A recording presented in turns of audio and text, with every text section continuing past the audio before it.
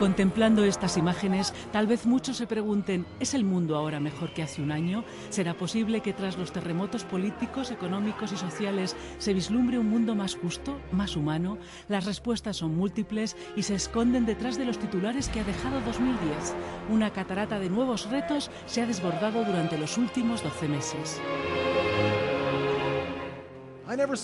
Nunca dije que el cambio fuera fácil o que lo hiciera yo solo. Pero también de nuevos problemas. Europa no dejará caer a ningún Estado. 2010, que comenzaba con la gran tragedia de Haití, ha sido el año del ataque a varias economías europeas, el año de las sorprendentes revelaciones de los miles de documentos hasta entonces secretos filtrados por una web, el año del jaque a Obama, el año del Tea Party, de las huelgas y las protestas sociales por la crisis, de la retirada norteamericana de Irak, del imparable ascenso económico de China, del accidente aéreo que acaba con la vida de la cúpula del Estado polaco, también el del volcán que impide llegar a los funerales en Polonia a los dirigentes del planeta. Otro año de lucha contra el hambre, la pobreza y el narcotráfico, de amenazas nucleares y alarmas por riesgo de atentados. Pero también otros 12 meses de esfuerzos y declaraciones a favor de la paz y la esperanza en que otros horizontes sean posibles. Contradicciones, tensiones, piratas, redes sociales, minorías marginadas, tragedias en los agujeros negros del planeta, elecciones o sucesos que marcan cambios de rumbo han poblado 2010, el año con el que acaba la primera década del siglo XXI.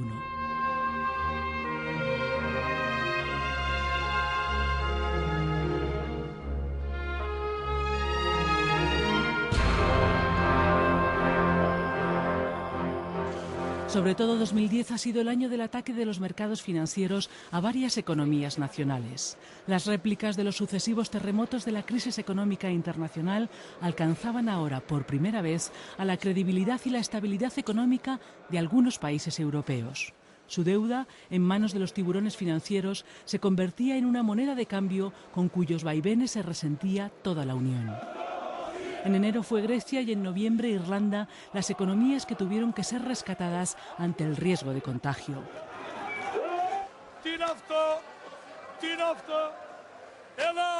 Décadas sin reformas llevan al Estado griego al borde de la quiebra. El gobierno de Yorgos Papandreou se ve obligado a hacer un duro ajuste recortando el gasto público. Medidas que no calman a los mercados. En febrero, Merkel y Sarkozy impulsan el plan de la Unión Europea para rescatar a Grecia. La Unión impone un duro calendario de reformas, pero en abril la crisis griega se agudiza y en mayo se hace imprescindible el rescate internacional por 110.000 millones de euros, de los que Europa aporta la mayor parte. Queremos confirmar que el Gobierno ha decidido hoy solicitar asistencia financiera de la Unión Europea. En noviembre, la presión de los mercados pone a Irlanda al borde del abismo. Casi 2 semanas después, el gobierno irlandés acepta el rescate de la Unión después de haberse resistido durante meses. Europa y el Fondo Monetario Internacional negocian una ayuda para Dublín de más de 85.000 millones de euros. El acuerdo incluye un plan de austeridad con recortes del gasto y más impuestos. El euro está en peligro. 2010 es también el año en el que se teme por el euro, en el que la Unión pone a prueba su fortaleza y el año en el que los gobiernos siguen tratando de apuntalar el sistema financiero. En agosto, Alemania impone una tasa a los bancos para costear posibles quiebras y en ese mes la Reserva Federal norteamericana activa la máquina del dinero y moviliza 800.000 millones de dólares para descongelar el crédito. En julio, los Estados Unidos han convertido en ley la mayor reforma del sistema financiero desde 1930, que ya a principios de año había anunciado Obama. Ahora quiero cobrarle una modesta suma a Wall Street. Todo para frenar los excesos de un sistema que llegó al colapso. En muchos de los países de la Unión se aplican duros recortes, lo que enciende las protestas sociales. El caso más dramático es Grecia, que en diciembre llega a la 8ª huelga general convocada este año. En mayo, las protestas en un país paralizado por las movilizaciones han dejado 3 muertos. El otro gran estallido social sucede en Francia. A mediados de septiembre, las manifestaciones y la huelga general contra la reforma de la jubilación paralizan el país. Días después, el bloqueo de 12 refinerías provoca la escasez de gasolina. Sarkozy tiene que movilizar a la policía para evitar el desabastecimiento. En octubre ya se han sumado los estudiantes. 10 universidades están cerradas y más de 80 bloqueadas. Se suceden centenares de manifestaciones en las que participan miles de personas.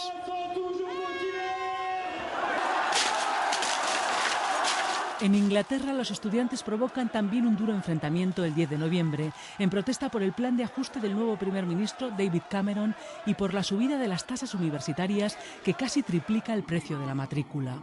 Más de 50.000 jóvenes toman el centro de Londres, asaltan la sede de los Tories y mantienen violentos enfrentamientos con la policía. En diciembre se repiten los disturbios cuando el Parlamento aprueba ese incremento. Los estudiantes alcanzan el coche del príncipe Carlos y Camilla Parker. La protesta de los estudiantes italianos contra los planes de ajuste paraliza también el país el 30 de noviembre. Simbólicamente ocupan el Coliseo y la Torre de Pisa. Semanas más tarde, a mediados de diciembre, mientras una manifestación masiva contra su política recorre Roma, Silvio Berlusconi se enfrenta a una moción de confianza que supera por poco y a las sospechas de comprar votos. En Portugal, en Irlanda y a mediados de diciembre en Bruselas se registran también manifestaciones masivas. Europa se rebela contra las medidas de ajuste. Meses antes, otro incendio social ha agitado también la Unión Europea y de nuevo con epicentro en Francia. En julio, el gobierno de Nicolas Sarkozy anuncia que desmantelará más de 300 poblados de gitanos. El 6 de agosto desaloja el primer campamento. Días después, las medidas agitan a Francia. Intelectuales, oposición, grupos de defensores de los derechos humanos y hasta Naciones Unidas critican la expulsión masiva de los gitanos que el presidente francés defiende ante sus socios de la Unión y que, según las encuestas, apoya un alto porcentaje de franceses. La Unión Europea decide abrir expediente a Francia en septiembre, pero luego da marcha atrás.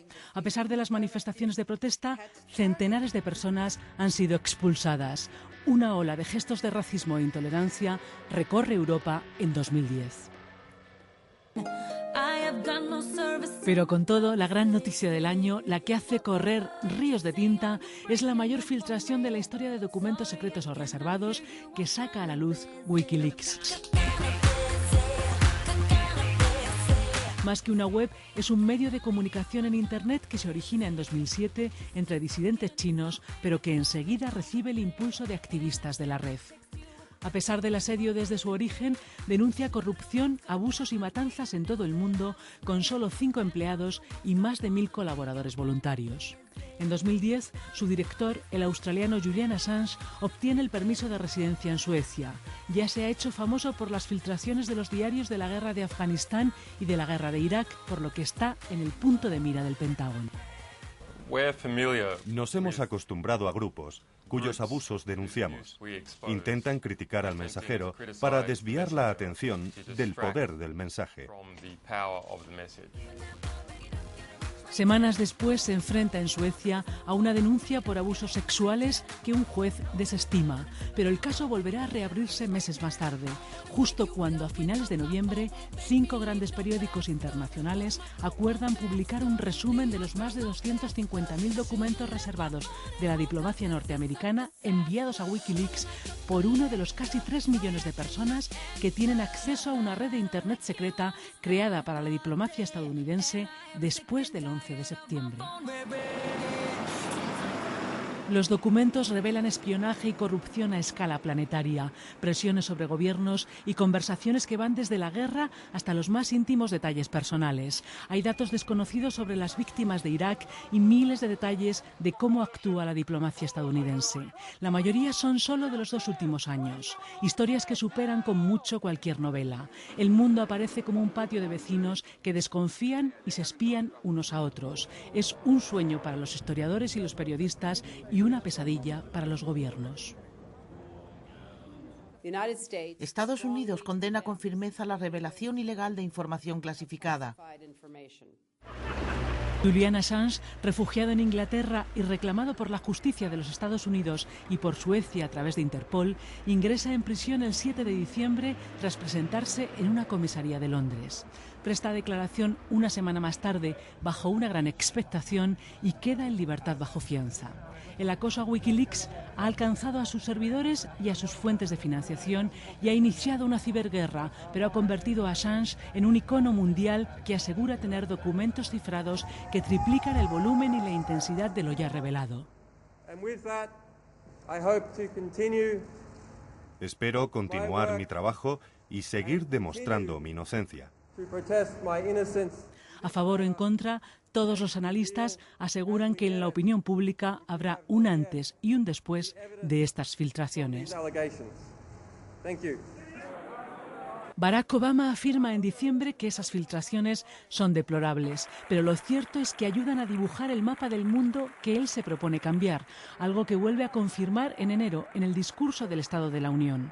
Pero para entonces ya ha recibido los primeros golpes: la victoria republicana en Massachusetts, demócrata por tradición, las críticas por la situación económica y el paro, y el descenso de su popularidad.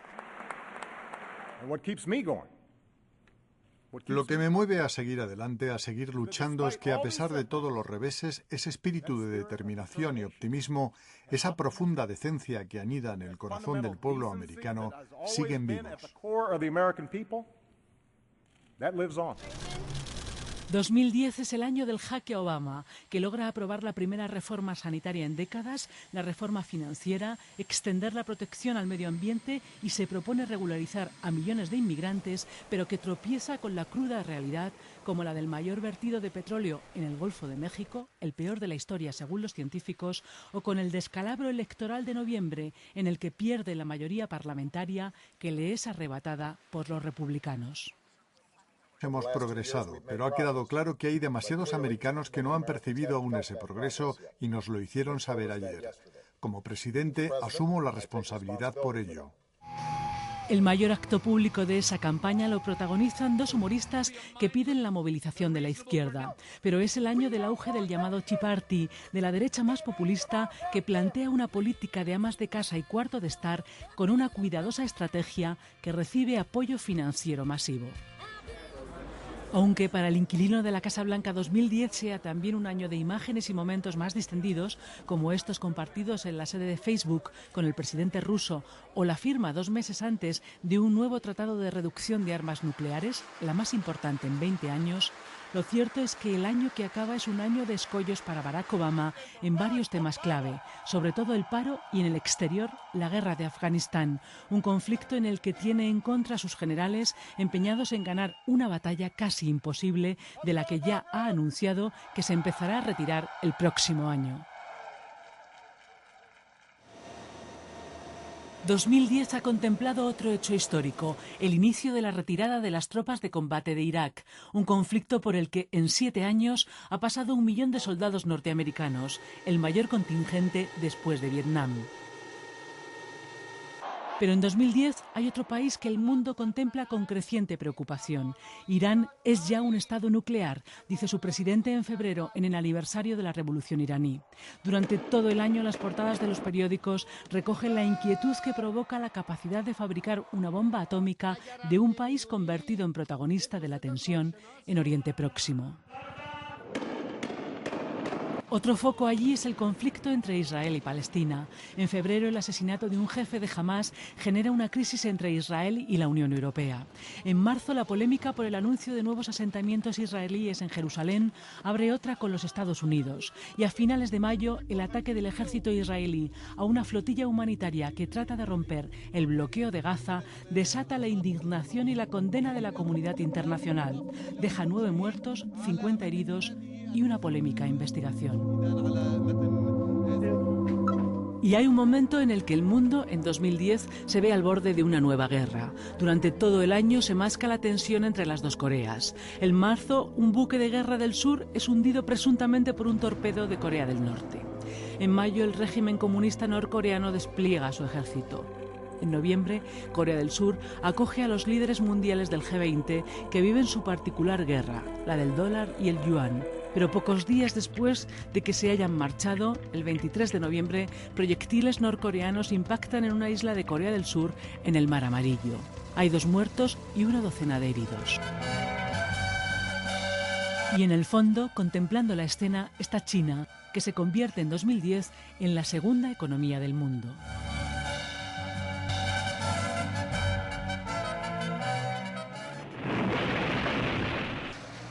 Con toda probabilidad, el suceso internacional más impactante de 2010 es la muerte en accidente aéreo del presidente y la cúpula del Estado polacos.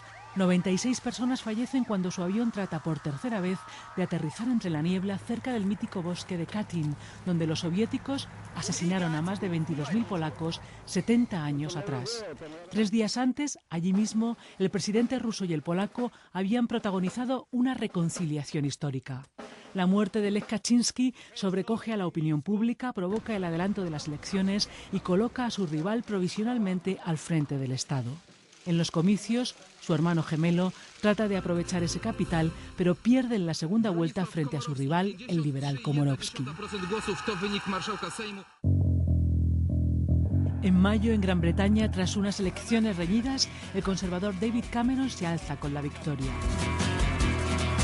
En junio, en segunda vuelta, Juan Manuel Santos alcanza la presidencia de Colombia y releva a Uribe, con quien fue ministro años atrás. A finales de septiembre, en una operación aérea, cae el jefe militar de las FARC y otros 20 guerrilleros más. En noviembre, una mujer, Dilma Rousseff, la candidata de Lula da Silva, consigue la presidencia de Brasil. A finales de noviembre, el ejército acorrala a las mafias en las favelas de Río. Durante todo el año, la guerra contra el narcotráfico pone en jaque al Estado mexicano. A punto de empezar octubre, una revuelta policial lleva a Ecuador al borde del caos. El ejército tiene que liberar al presidente Correa, al que los rebeldes retuvieron durante 11 horas en un hospital después de agredirle. ¡Quieren matar al presidente! ¡Aquí está! ¡Mátenlo si tienen ganar! ¡Mátenlo si tienen ganar! A finales de octubre, la muerte súbita del expresidente Néstor Kirchner deja en Argentina un vacío de poder, ya que nunca abandonó la escena política, aun cuando cediera 3 años atrás la presidencia a su propia esposa. Sus funerales concentran a los mandatarios de América Latina, algunos de cuyos estados han celebrado en 2010 el bicentenario de su independencia. Es el año en Cuba de las huelgas de hambre de los disidentes y de la fugaz reaparición de Fidel Castro. También es el año en el que Nelson Mandela, el hombre con la sonrisa más famosa del mundo, es aclamado en el que era su sueño, el primer mundial en África. En noviembre, después de 15 años de reclusión, es liberada la opositora birmana Aung San Suu Kyi, lo que provoca una ola de adhesiones internacionales. Ella tiene el Premio Nobel de la Paz, que en diciembre se entrega a una silla vacía, la del disidente chino Liu Xiaobo. Un día antes, el Comité de Lapidación iraní anuncia la liberación de esta mujer condenada a muerte que permanece recluida ante la indignación internacional. Pero las imágenes de la desesperación de 2010 siguen estando en Haití, un país arrasado por la tragedia, el terremoto, los ciclones, el cólera, la pobreza, donde en diciembre manifestantes con piedras, palos y machetes asaltan la sede electoral. También en la capital de Tailandia, donde en mayo el movimiento de los camisas rojas, que exige la dimisión del gobierno y elecciones anticipadas, se atrinchera en el centro comercial de la ciudad. Después de más de 2 meses, 70 muertos y una operación militar, se entregan y ponen fin a la revuelta. Pero como en tantos otros lugares, ninguna de las razones que provocaron esa crisis se ha resuelto.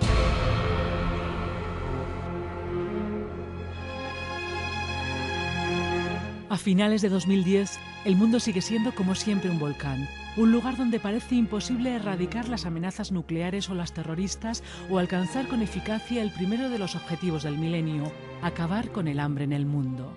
Aunque tal vez sí haya cosas diferentes, el hombre del año, según Time, es el creador de la más famosa de las redes sociales, que si fuese un país sería ya hoy el más poblado de la Tierra. Además, 40 multimillonarios norteamericanos han aceptado donar la mitad de su fortuna a la caridad.